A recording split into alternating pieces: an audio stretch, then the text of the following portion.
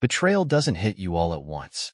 It's not a dramatic explosion, not some earth-shattering moment that immediately ruins your life. No, it's slower than that. It seeps in through the cracks, tiny at first, almost invisible. You ignore the warning signs because you want to believe that everything is fine. You convince yourself that the small things don't matter. Until one day, you can't lie to yourself anymore. Until the truth is right in front of your face. I wasn't looking for signs that Olivia was cheating. I wasn't suspicious. Maybe that's why it took me so long to realize what was happening. Or maybe it was because she was so damn good at lying. Either way, by the time I noticed, she had already gotten away with it for far too long. It started with her phone. Olivia had never been the type to be secretive about it. She used to leave it lying around, face up, unlocked, never caring if I saw her messages. But at some point that changed. The screen was always tilted away from me. She started putting it face down, keeping it on silent, taking it with her even when she left the room for just a minute. It was subtle, something that most people wouldn't even notice. But it was enough to make something shift inside me. Then came the excuses. The sudden changes in routine. She used to love spending time together. Movie nights, cooking dinner, even just lying in bed, talking about nothing. But suddenly, she was too busy. Work was demanding. She needed space. She started going out more, saying she needed time with her friends. But she never mentioned who. Never gave details. "I just need to feel like myself again," she had said one night, brushing past me, grabbing her purse, heading for the door. I should have confronted her right then and there. Should have asked why she suddenly needed to escape our marriage to feel like herself. But I didn't. I let it slide. And then, I started noticing the inconsistencies. She came home late one night, claiming she had been out with coworkers. But she smelled like cologne that wasn't mine. Her lipstick was smudged, her hair slightly messy, her eyes unfocused when she kissed me on the cheek and mumbled some lazy excuse about staying out too late. Something in my gut twisted. I wasn't paranoid. I knew her. I knew the way she used to look at me, the way she used to touch me. That woman was gone. But still, I said nothing. And then, on a random Tuesday night, I saw it. The proof. She was in the shower. Her phone was on the nightstand. She never left it unattended anymore. But tonight, she had slipped up. It buzzed once. I didn't even mean to look, but the screen lit up, and the words were right there. Undeniable, unforgivable. Can't stop thinking about last night. Same time tomorrow? I stopped breathing. I stared at the message, reading it over and over, hoping the words would somehow change. But they didn't. They stayed there, glowing on the screen, confirming what I had been too blind to see. I didn't touch the phone, didn't unlock it, didn't need to. That one text told me everything. Olivia wasn't just lying to me. She was planning around it. The sender's name was just a random number.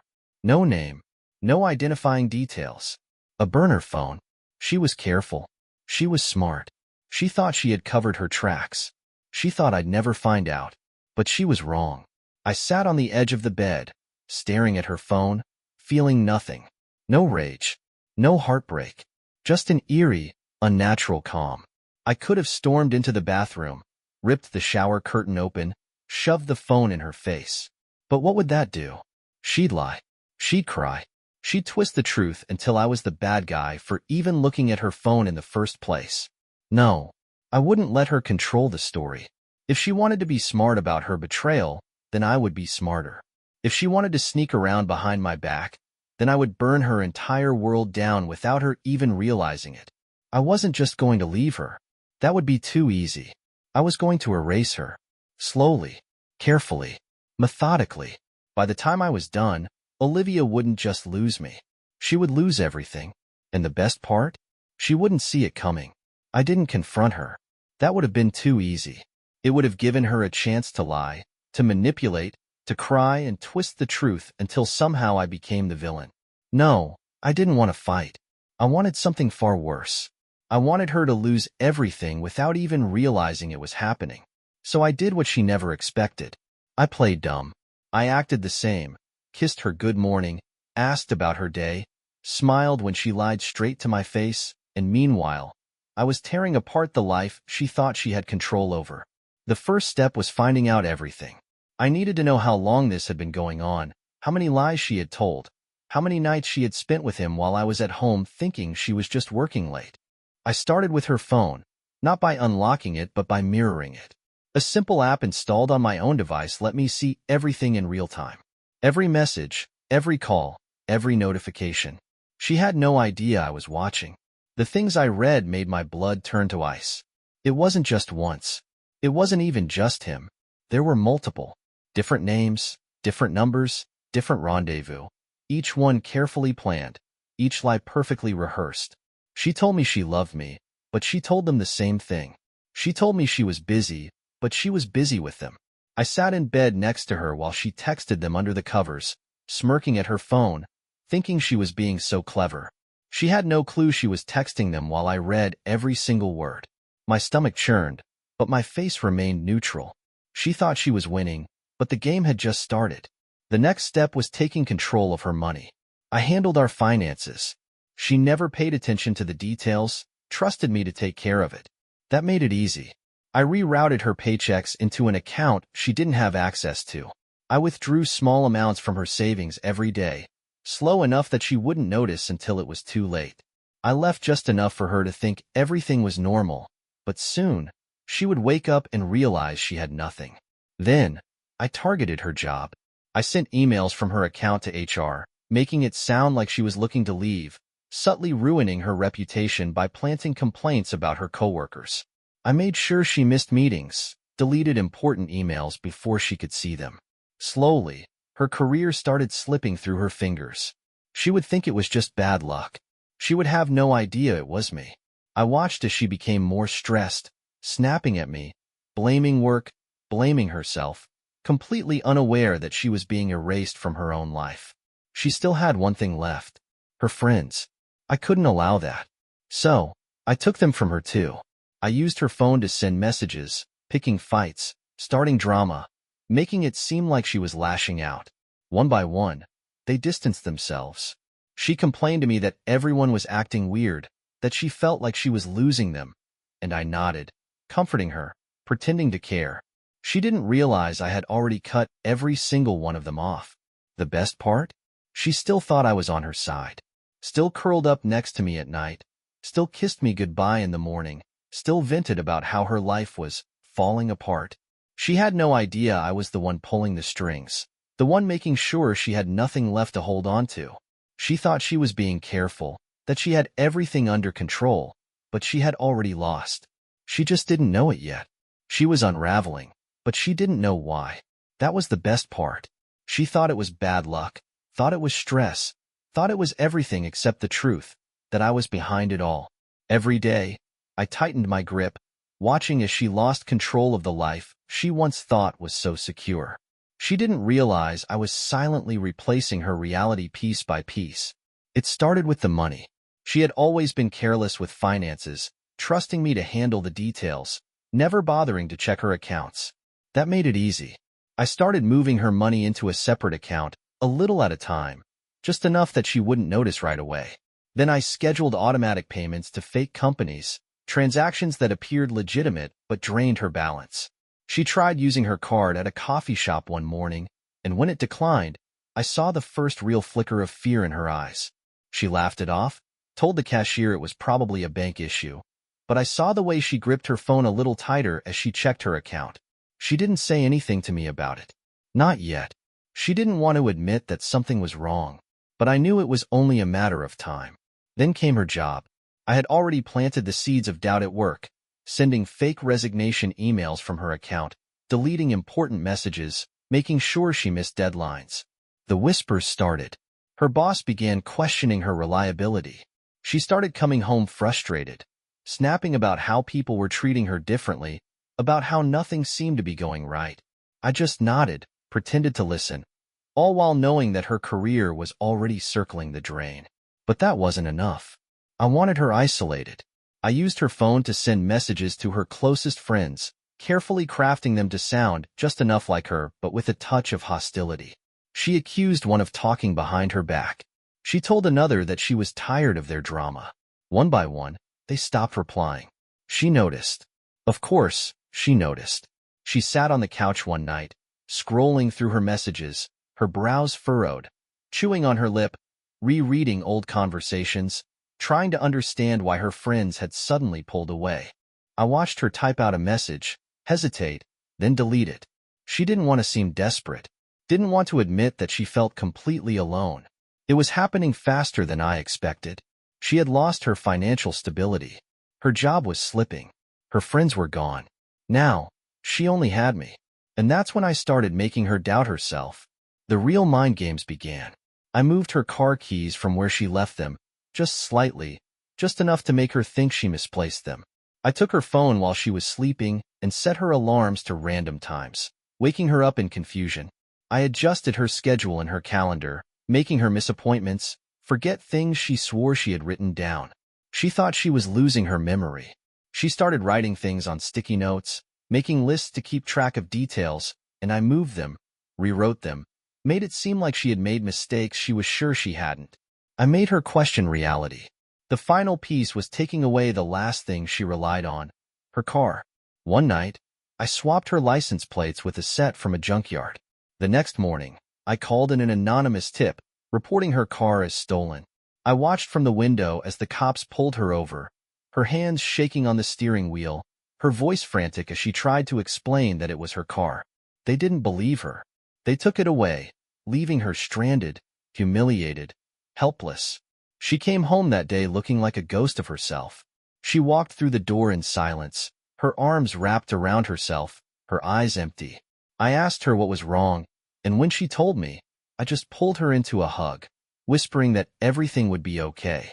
She broke down in my arms, sobbing, shaking, telling me she felt like her life was slipping through her fingers. I ran my hand through her hair, pressed a kiss to her forehead, whispered that I'd take care of her. She clung to me like I was the only thing keeping her afloat. She still didn't know that I was the one drowning her. She still didn't realize it was me. That was the best part. Olivia was spiraling, losing control of her life piece by piece, but she thought it was just bad luck. She thought the world was turning against her, that people were abandoning her for no reason. She didn't know that I was the one cutting her off from everything. She sat in the living room late at night, scrolling through her contacts, staring at the long list of names that once meant something, but none of them would answer. I had made sure of that. I had burned every bridge she had without her even realizing I was holding the match. I watched as she typed out messages, only to delete them, too afraid to reach out, too ashamed to ask why everyone had suddenly disappeared. She thought she had done something wrong, thought maybe she had said something, forgotten something, made a mistake she couldn't remember. That was exactly what I wanted. I had already taken her money, taken her job, taken her car, and now I was taking her sense of reality.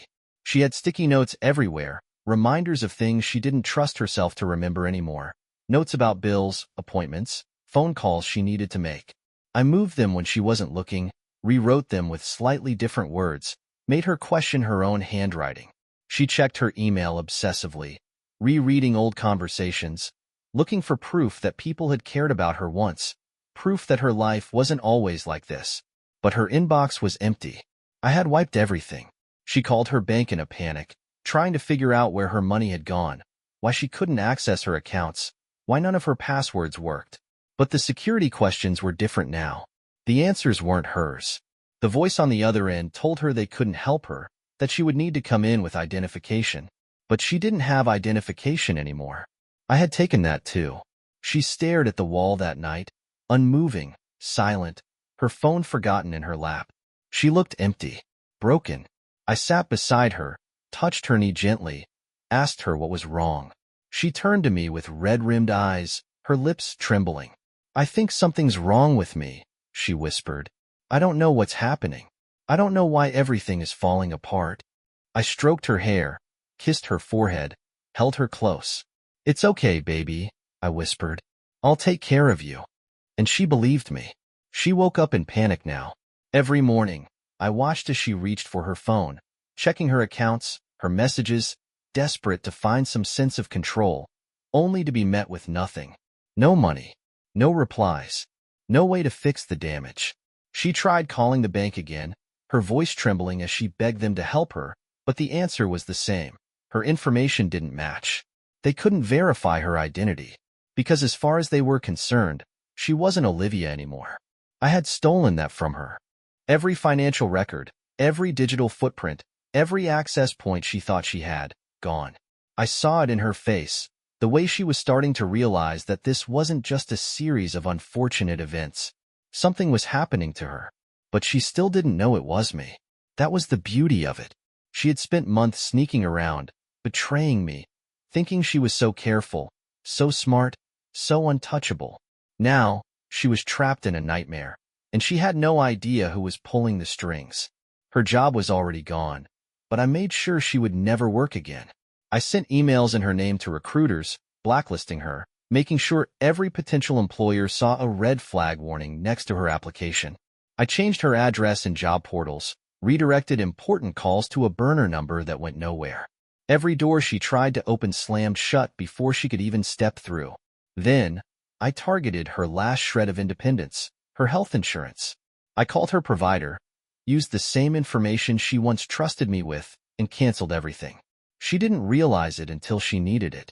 She had made a doctor's appointment, desperate to talk to someone, thinking maybe something was wrong with her brain. Maybe she was sick. Maybe there was an explanation for why her entire life was falling apart. She sat in that waiting room for 40 minutes, gripping the clipboard with shaking hands, staring at the paper like it held all the answers. Then they called her to the front desk. "There's an issue with your coverage," they told her. "Your policy has been terminated." She tried to argue, tried to insist there was a mistake, but I had made sure there were no mistakes. She left the office in a daze, walking down the street aimlessly, her phone clutched in her hand, but there was no one left to call. No job, no money, no health care, no future. I watched her from a distance, hidden, just out of reach, watching the way she hugged herself like she was trying to keep from falling apart. She looked over her shoulder every few minutes like she expected someone to be following her. She was starting to break. When she came home that night, she didn't even look at me. She sat on the floor in the dark, staring at nothing, like she was trying to piece together her own mind. I sat beside her, resting a hand on her back, and she flinched. That was new. She turned her head slightly, her eyes searching mine, something flickering beneath the surface. For the first time, I saw it. A whisper of realization. A flicker of fear. Did she know? Did she finally understand? No, not yet. But she was close. And that meant it was time for the final move. She wasn't sleeping anymore. I could hear her at night, tossing and turning, her breath coming in short, panicked gasps. She had started locking the bedroom door when I wasn't home, double-checking windows, flinching at every unexpected sound. She knew something was wrong. She just didn't know what, didn't know how deep the hole really went, didn't understand that she had already lost everything. She sat at the kitchen table, staring at her phone like it was a dead thing, tapping the screen over and over, hoping that somehow, some way, a message would come through, a call, a notification, anything to tell her she wasn't completely alone. But there was nothing. There would never be anything. She reached for her coffee, but her hands were shaking too hard to hold the cup steady. I watched her closely, letting the silence stretch, waiting for her to speak first. When she finally did, her voice was hollow. "Ethan, do you think I'm losing my mind?" I tilted my head slightly, feigning concern. "Why would you say that?"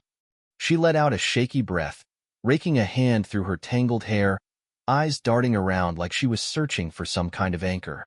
"Because I don't understand what's happening. My bank accounts are empty. My credit cards are locked. My job is gone. My friends won't talk to me. My phone doesn't even work right anymore. And today, when I tried to check my email," she swallowed hard, shaking her head, "my entire inbox was wiped. Every single message. Gone." I kept my expression blank, waiting. This was the moment. The turning point.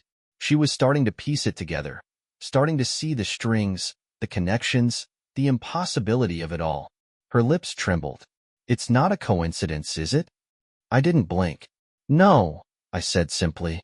She stared at me, her breathing shallow, her pupils blown wide. "It's you." I smiled. Finally.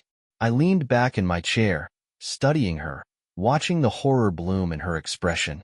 "Took you long enough." She exhaled sharply, like I had just punched the air from her lungs. Why? She whispered. I placed my hands on the table, tapping my fingers against the surface, slow, methodical. Why?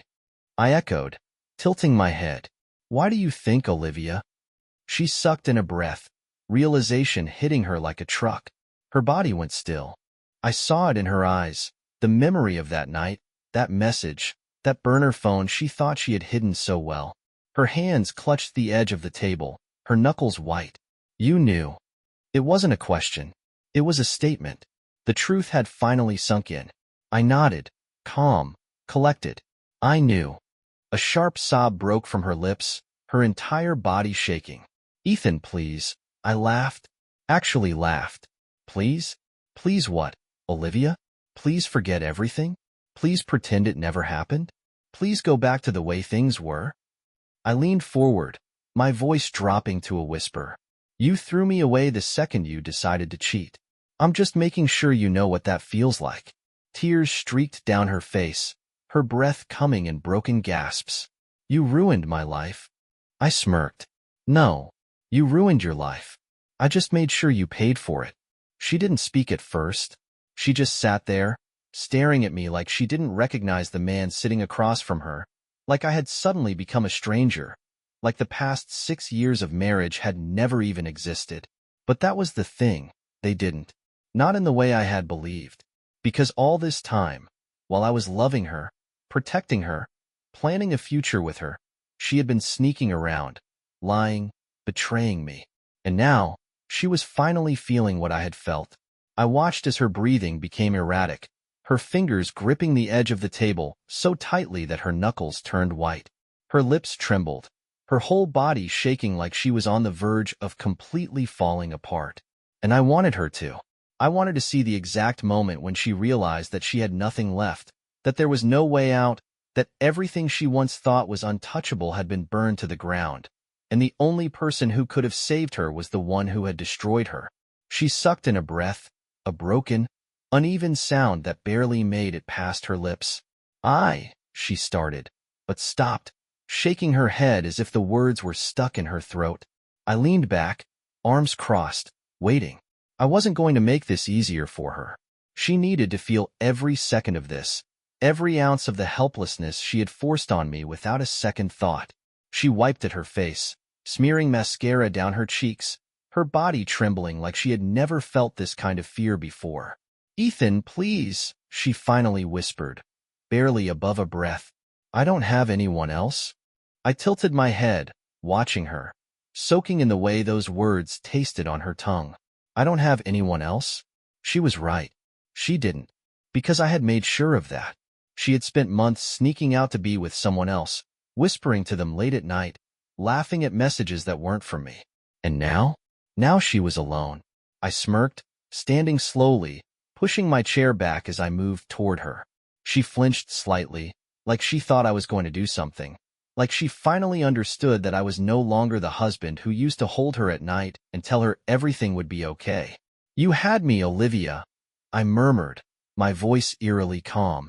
You had everything, and you threw it away.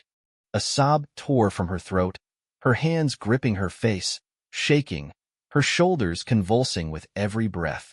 I watched her crumble, watched her knees buckle as she slid to the floor, her body shaking as she whispered, I don't know what to do. But that was the thing. There was nothing left for her to do. No job, no money, no friends, no identity. She didn't exist anymore. And I made sure she knew it. She sat on the floor, her body trembling, her eyes unfocused, her hands gripping the sides of her head like she was trying to hold herself together. But she couldn't. There was nothing left to hold on to. Everything she once had, her job, her money, her friends, her security, her identity, gone. And now, she knew it was me. Now, she understood that it wasn't some random string of bad luck. Wasn't the universe punishing her, wasn't some accident she could fix. I had taken everything, and she had let me. She sucked in a sharp breath, shaking her head, whispering something under her breath, but I didn't care enough to listen. She wanted to beg. She wanted to cry. She wanted to make me believe that she was sorry. But she wasn't sorry she had done it. She was sorry she got caught. I crouched down in front of her, tilting my head, watching as she flinched at the movement, as she wiped at the mascara-streaked mess on her face like fixing her appearance would somehow fix this. "Please," she finally whispered, her voice hoarse, broken, like the words themselves were painful to say. "Please don't leave me like this." I let the silence stretch, let the weight of my presence press down on her, let her sit there in the emptiness she created. Then, I smiled. Slowly, deliberately. "You left me first," I murmured, watching as the words hit her like a slap. "The second you decided to cheat, you left me. The only difference is, I made sure you felt it." A choked sob escaped her lips, her whole body curling inward like she could physically shrink away from reality. "I don't know what to do," she whispered, repeating the same words she had before, but this time, they were heavier. This time, they were real. And the best part? There was nothing she could do. She had spent months sneaking around, lying to me, betraying me, thinking she could have both lives, me at home and whoever she wanted on the side. She thought she was smart, thought she was careful, thought I would never find out. But now, she had no home, no future, no one left to run to, just me. And I was already walking away. I stood up, looking down at the shattered mess of the woman who once thought she had control. I pulled the divorce papers from my jacket, the ones she had crumpled in her shaking hands earlier, the ones that made it final. I dropped them onto the floor in front of her, watching as she stared at them like they were the last nail in her coffin. Because they were. "Sign them," I said, my voice steady, devoid of emotion. "And then we're done." She shook her head, her lip trembling, but she didn't argue. She knew she had no choice. I turned, walking toward the door, pausing only once before looking over my shoulder. "Enjoy your new life, Olivia." And then I walked out, leaving her with nothing.